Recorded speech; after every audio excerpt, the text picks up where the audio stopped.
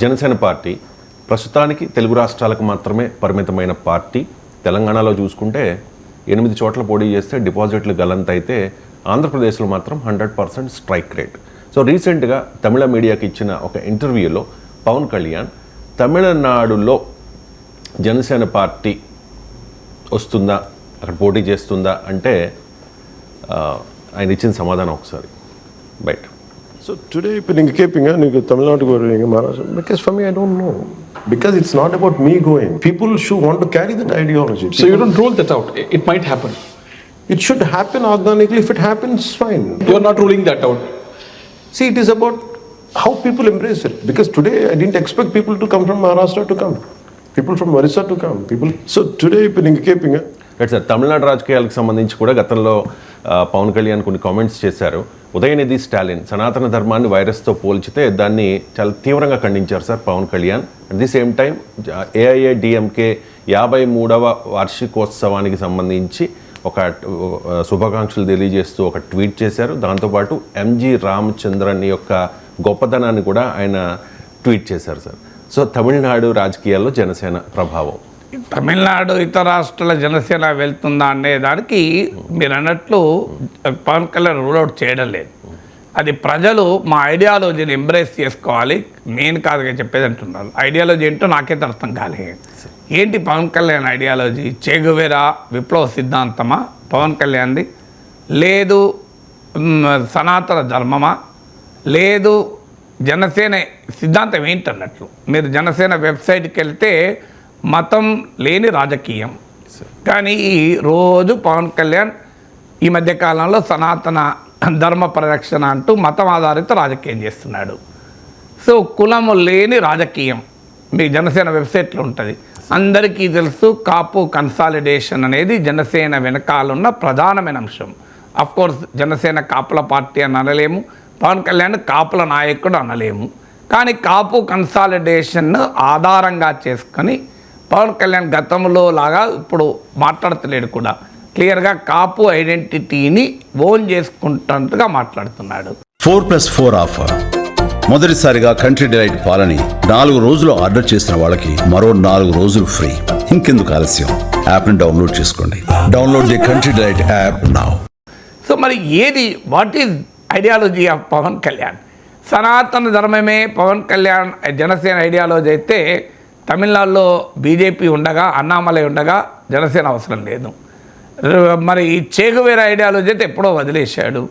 విప్లవ సిద్ధాంతం, విప్లవాల Niagara, కామ్రేడా, Che Guevara అని పాటలు పాడుతుంటారు. Che Guevara is a known communist leader. Che Guevara అనే వ్యక్తి ఏ సిద్ధాంతం లేని నాయకుడు కాదు. క్యూబన్ రెవల్యూషన్లో పాల్గొని, లాటిన్ అమెరికా రెవల్యూషన్లో పాల్గొని, ఫిడెల్ కాస్ట్రో ప్రభుత్వంలో మంత్రిగా ఉండి, చెగువెరా విప్లవకారుడు. ఆయన రాజకీయాలు లేని విప్లవకారుడు, సిద్ధాంతాలు లేని విప్లవకారుడు కాదు. చెగువెరా కామ్రేడ్ చెగువెరా అని, అందుకే విప్లవాల నయాగరా కామ్రేడా చెగువెరా అంటారు. సో చెగువెరా కూతురు కూడా వచ్చారు ఇక్కడికి. మీకు మన రవీంద్ర భారతిలో మీటింగ్ కూడా జరిగింది. సో నేను కూడా వెళ్ళాను దానికి. సో క్లియర్గా చెగువెరా ఇది నోన్ కమ్యూనిస్ట్. ఆ మీటింగ్ పెట్టింది కూడా కమ్యూనిస్ట్ పార్టీదే. సో జనసేన తరఫున చెగువెరా కూతురు రాలే కదా ఇండియాకు. సో అందువల్ల మరి చెగువెరా ఐడియాలజీ కాదు. సనాతన ధర్మానికి పవన్ కళ్యాణ్ అవసరం లేదు. నరేంద్ర మోడీ ఉన్నాడు, అమిత్ షా ఉన్నాడు, యోగి ఆదిత్యనాథ్ ఉన్నాడు, బండి సంజయ్ ఉన్నాడు, అన్నామలై ఉన్నాడు. పవన్ కళ్యాణ్ అవసరం లేదు. అందువల్ల they people have to embrace ideology అంటే nobody knows where is that ideology. Ideology మిథ్య అయినప్పుడు ఆ మిథ్యను ఎంబ్రేస్ చేసుకుంటారా? మరి అద్వైతంలో అంత మిథ్య, జగన్ మిథ్య అన్నట్లున్నది, గజం మిథ్య, పలాయనం మిథ్య అనుకోవాలి మనం. సో ఇది మొదటిది. రెండవది, రీజనల్ లీడర్ల ఆధారంగా చేసుకొని పార్టీలు పుట్టి నేషనల్గా ఎదగాలని ప్రయత్నించి సక్సెస్ అయిన పార్టీలు ఏవైనా ఉన్నాయా? మీరు గమనించండి, మీకు సమాజ్వాదీ పార్టీ మీకు యూపీ ఆధారంగా అంతటా కాస్ట్ అంత, మధ్యప్రదేశ్లో కూడా 6 సీట్లలో సెకండ్ ప్లేస్లోకి వచ్చింది, కానీ ఎక్కడా సక్సెస్ కాలే. మీకు బహుజన్ సమాజ్ పార్టీ యూపీలో అధికారంలోకి వచ్చారు. వాస్తవంగా అది రీజనల్ లీడర్ అని కూడా అనలేము, ఎందుకంటే కన్షీరామ్ ప్రారంభించడం, కన్షీరామ్ పంజాబ్లో అది ప్రభావం చూపలేదు, యూపీలో ప్రభావం చూపింది. బలమైన ఐడెంటిటీ కూడా ఉంది ఆ పార్టీకి. అయినా కూడా దేశమంతటా విస్తరించి ఒక మంచి ప్రభావాన్ని చూపి రోజు రోజుకు ఉత్తరప్రదేశ్లో కూడా కృషించకపోతున్న పరిస్థితి. తృణమూల్ కాంగ్రెస్ ఇతర రాష్ట్రాలకు ఎదగాలని చూసి అస్సాంలో, గోవాలో కూడా పార్టీలు పెట్టి ఓట్లు తెచ్చుకున్నది కానీ ఏ ప్రభావాన్ని చూపలేదు. నేషనలిస్ట్ కాంగ్రెస్ పార్టీ శరద్ పవార్, ఈవెన్ కేరళలో కూడా ఎన్సీపీకి మంత్రి ఉన్నారు. సో కానీ దేశంలో ఎక్కడ ప్రభావం చూపారు? ఎన్సీపీకి కేవలం ఏదైనా పోటీ చేయాలనుకున్న వాళ్ళు ఎవరైనా జాతీయ పార్టీ కనుక తమ పేరు ముందుండాలి బ్యాలెట్ పేపర్లో కనుక ఎన్సీపీ లాంటి పార్టీలు టికెట్లు తీసుకుంటూ ఉంటారు, ఎస్పీ లాంటి పార్టీలు టికెట్లు తీసుకుంటూ ఉంటారు. అంతకు మించి ఎక్కడైనా ప్రభావం చూపిందా? మీరు ఎన్టీ రామారావు భారతదేశం అనే పార్టీ పెడతా అన్నాడు, తెలుగుదేశం కూడా మాది జాతీయ పార్టీ అన్నారు, భారత రాష్ట్ర సమితి అని కేసీఆర్ పెట్టాడు. ఇప్పుడు చూడండి పవన్ కళ్యాణ్ ఏమంటున్నాడు, ఎవరన్నా ఎక్స్పెక్ట్ చేశారా నా మీటింగ్కు మహారాష్ట్ర నుంచి, ఒరిస్సా నుంచి వస్తారని? కేసీఆర్ కూడా ఇదే చెప్పాడు. ఆ రోజుల్లో మామూలు గోల కాదు, ప్రగతి భవన్కి వచ్చి మహారాష్ట్ర నాయకులు, ఈవెన్ గిరిధర్ గుమాంగ్ ఒరిస్సా మాజీ ముఖ్యమంత్రి కూడా వచ్చి బీఆర్ఎస్లో చేరాడు. మహారాష్ట్రకు చెందిన ఎక్కడ ఏ పదవి లేని వాళ్ళల్లా వచ్చి బీఆర్ఎస్లో చేరడం మొదలుపెట్టారు.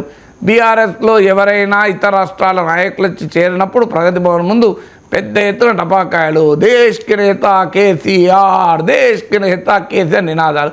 ఆఖరికి ఏమైంది? ప్రగతి భవన్ కాల్ చేయాల్సి వచ్చింది. వీళ్ళన్ని రాష్ట్రాల్లో వచ్చిన తర్వాత ప్రగతి భవన్ ఖాళీ చేసి కేసీఆర్ వేరే ఇంటికి వెళ్ళాల్సి వచ్చింది. అందువల్ల రాజకీయాల్లో ఇన్ని రకాల ఉదాహరణలు ఉన్నాయి. ఇతర రాష్ట్రాలకు ఎక్స్పాండ్ అవుతా అని చూసి ఎక్కడ ఏ ప్రాంతీయ అస్తిత్వంతో ఒక ప్రాంతానికి పరిమితమైన నాయకుని చుట్టూ నిర్మాణమైన ఏ పార్టీ కూడా దేశవ్యాపితంగా ఎక్స్పాండ్ కాలే. ఆమ్ ఆద్మీ లాంటి పార్టీ వాస్తవంగా ఒక నాయకుని చుట్టూన్న పార్టీ కాదు, ఒక clean politics and good governance అనే ఒక సిద్ధాంతం అని కూడా అనలేము, ఒక పొలిటికల్ ప్లాన్ ఆధారంగా పుట్టిన పార్టీ ఢిల్లీలో అధికారంకి వచ్చి పంజాబ్కి ఎక్స్పాండ్ అయ్యి గుజరాత్లో ఎమ్మెల్యేలు గెలుచుకొని గోవాలో ఓట్లు తెచ్చుకున్నా కూడా ఇప్పటికీ కూడా దేశవ్యాప్తంగా అది ఎక్స్పాండ్ కాలేకపోతుంది. ఉన్న ఢిల్లీలో ఓడిపోయింది. కారణం ఏంటంటే ఆ క్లీన్ పాలిటిక్స్ గుడ్ గవర్నెన్స్ అనే పొలిటికల్ ప్లాంక్ వదిలేసి కేజ్రీవాల్ అనే పొలిటికల్ ప్లాంక్ చుట్టూ నిర్మాణం జరిగింది. అందువల్ల ఢిల్లీలో ఓడిపోయింది, పంజాబ్లో బహుశా ఓడిపోవడానికి సిద్ధంగా ఉంది కావచ్చు. సో ఇన్ని ప్రయోగాలు విఫలమయ్యాక జనసేన ఇతర రాష్ట్రాలకు కూడా వెళ్ళి అక్కడ కూడా ప్రభావం చూపుతుంది అని నమ్మటానికి చాలా కష్టం. అయితే దాన్ని కొట్టిపారేయలేం. నేను భారత రాష్ట్ర సమితి విషయంలో కూడా ఇదే చెప్పాను. చాలామంది నా పైన కామెంట్ కూడా చేశారు, కొట్టిపారేయలేమంటున్నాడు అని. బీఆర్ఎస్ ఆ రోజు కూడా చెప్పాను, ప్రభావం చూపడానికి అవకాశాలు చాలా తక్కువ. కానీ ఎందుకు కొట్టిపారేయలేము? రాజకీయాల్లో ఏది కొట్టిపారేయలేము. ఆమ్ ఆద్మీ పార్టీ వచ్చి బలంగా ఉన్న కాంగ్రెస్ను బీజేపీ నుంచి ఢిల్లీలో పవర్లోకి వస్తాను ఎవరు ఊహించారు? సో ఆగిపోయిన కనుమరుగైన తెలంగాణ సెంటిమెంట్ మళ్ళీ రగిలి మలిదశ ఉద్యమానికి వచ్చి కేసీఆర్ ముఖ్యమంత్రి అవుతాన్ని ఎవరు ఊహించారు? సో ఇవన్నీ రాజకీయాల్లో ఎవరము ఏది ఊహించాం కదా. సో అందువల్ల 2 సీట్లలో సొంత సీట్లలో ఓడిపోయి 1 సీటు మాత్రమే గెలుచుకొని ఆ ఒక్క ఎమ్మెల్యే కూడా వైసీపీలో చేరి అసలు అడ్రస్ లేకుండా పోయిన జనసేన 100% స్ట్రైక్ రేట్తో 21 సీట్లతో వస్తుందని ఎవరనుకున్నారు? అందువల్ల రాజకీయాల్లో ఒక విశ్లేషకుడిగా 100% సర్టనిటీతో ఏది చెప్పకూడదు కనుక జనసేన ఇతర రాష్ట్రాలకు వెళ్తుందా అంటే anything can happen in politics and cricket అంటారు కదా. ఆ వేదాంతం చెప్తున్నా తప్ప జనసేనకు అవకాశం ఉందని నేను చెప్పడం లేదు. వేదాంతం బీఆర్ఎస్ విషయంలో కూడా అదే వేదాంతం చెప్పాను. కొంతమంది కేసీఆర్కు అనుకూలంగా చెప్తున్నాడు అనుకున్నాను. ఎవరికి అనుకూలంగా చెప్పం, వాస్తవానికి అనుకూలంగా చెప్పాను. వ్యాక్యూమ్ ఉండాలి కదా సార్. వ్యాక్యూమ్లో ఇప్పుడు కాంగ్రెస్ బీజేపీలు బలంగా ఉన్న రోజుల్లో ఆ వ్యాక్యూమ్ ఉండేనా ఢిల్లీలో? మీకు ఎప్పుడు ఆడే వ్యాక్యూమ్ ఎప్పుడన్నా మీరు చూసిర్రా? ఎక్కడ చూసారు వ్యాక్యూమ్? వ్యాక్యూమ్లు క్రియేట్ అవుతాయి, వ్యాక్యూమ్లు అనేది ఉండవు. వ్యాక్యూమ్లు క్రియేట్ అయినప్పుడు ఇప్పుడున్న సిచ్యువేషన్లో అవకాశాలైతే లేవు. సో అందువల్ల జనసేన ఇతర రాష్ట్రాలకు వెళ్ళి సక్సెస్ అయిన తర్వాత మొదలు వెళ్తారా అన్నదే క్వశ్చన్ కదా. వెళ్ళే వాతావరణం ఉందని నేను అనుకోను. ఇతర రాష్ట్రాలకు వెళ్ళినా ఇప్పుడు ఏమైనా ప్రభావం చూపుతాను అనుకోను. కేసీఆర్ అనుభవం నుంచి చూస్తే అసలు బయటికి వెళ్తే ఇక్కడ ఉన్నది పోతుందేమో అని కూడా పవన్ కళ్యాణ్కి ఒకసారి చూసుకోవాలి. ఎందుకంటే కేసీఆర్ అనుభవం అదే, కేజ్రీవాల్ అనుభవం అదే కదా. ఎక్స్పాన్షన్ పేరిట మొదలు పెడితే ఉన్నదే పోయింది కదా. సో అందువల్ల కేసీఆర్ అనుభవం ఉండగా పవన్ కళ్యాణ్ అనుభవం భిన్నంగా ఉంటుంది అనుకోని ఆయన ముందుకెళ్తే ఆంధ్రప్రదేశ్లో పోయే ప్రమాదం కూడా ఉంటుంది కదా. AIADMK plus BJP plus Janasena. అసలు జనసేన లేనప్పుడు ఇవన్నీ ప్లస్లు ఎక్కడేయండి? అసలు జనసేన ఉందా? లేదు, బట్ ఎంతో నేను ఊహాగానాలు చేయను.